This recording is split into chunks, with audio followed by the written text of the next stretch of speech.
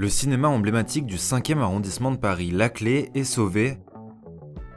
Au total, 2,7 millions d'euros auront été nécessaires pour ce rachat. Un sauvetage possible grâce à un très large soutien du public.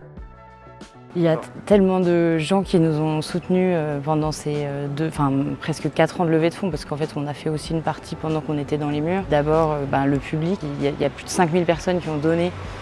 C'est un peu le premier, on dit c'est le premier mécène de Laclais, c'est un peu son public. Parce qu'on a la cagnotte et l'oiseau, elle est arrivée à plus de 400 000 euros la semaine dernière.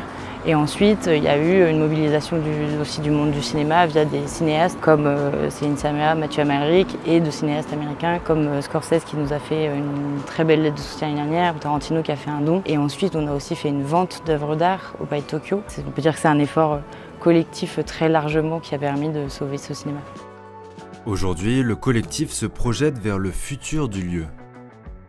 Du coup là aujourd'hui on prépare une réouverture exceptionnelle de 4 jours avant de refermer pour travaux et aussi pour lancer un peu la deuxième partie de la collecte qui est en fait on a acquis tout l'argent pour acheter le bâtiment en sachant qu'il y avait quand même une partie encore à trouver pour les travaux. On a quand même un peu de trésor qui nous permet de démarrer mais ensuite là on a toute une année pour récupérer on va dire environ 50% de ce que va coûter les travaux puisque normalement des subventions du CNC, de la mairie de Paris et de la région sont allouées aux rénovations de cinéma qui compléteraient les autres 50%.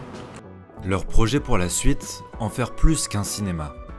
L'idée c'est d'avoir un cinéma mais qui soit aussi un lieu de création et de partage de connaissances en fait. D'avoir un espace multiple qui soit associatif, pensé pour les collectifs, pour les bénévoles, pour un partage des savoirs en fait.